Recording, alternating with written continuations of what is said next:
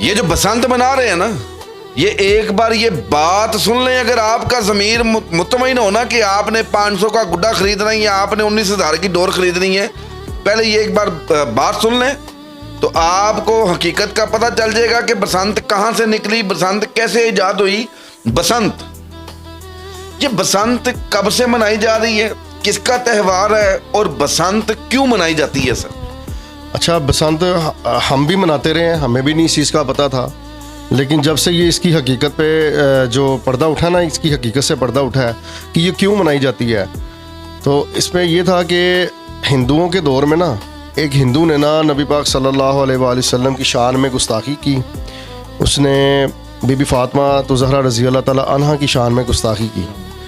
तो जनाब उनको उस बंदे को शरीयत के कोर्ट में लाया गया और फिर उसको फांसी की सज़ा दी गई।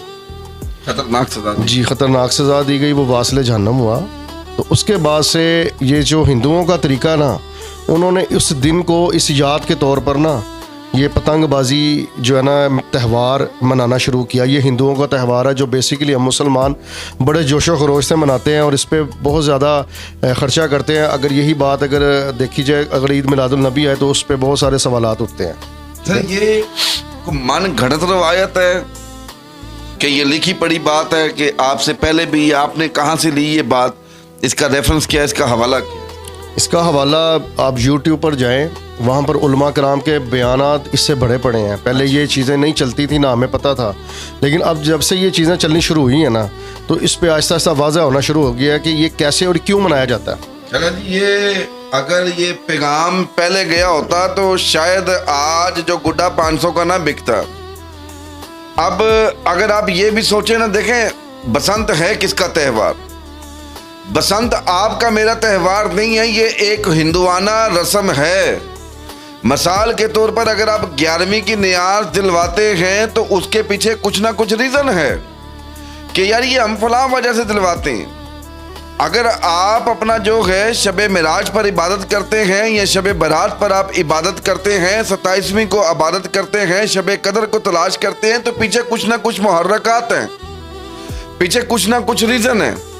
अब अगर ये हिंदू बसंत मना रहा है तो क्या नाम बताया आपने जिसने गुस्ताखी की थी? हकीकत राय। ये हकीकत राय नामी एक शख्स था हिंदुओं का, जिसने ये नापाक हरकत की। उस नापाक हरकत की वजह से उस दिन को बड़ी खुशी से मनाया जाता है, यानी कि इन पतंगों को हवा में उछाल के हवा में उड़ा के बुलंद किया जाता था कि ताकि दूर दराज के भी लोग देखें और देखें कि हमारे बंदे ने क्या कारनामा किया था। यानी कि ये अहले इस्लाम को चिढ़ाने के लिए ये त्यौहार कि ये अपना जो है कि आपके ज़ख्म ताज़े रहे नौज़ बिल्लाह, अगर हमारे नबी की शान में या उनके अहले बैत की शान में कोई ऐसी कोई बात करे तो हमारे तो जज्बात मजरूह होते हैं।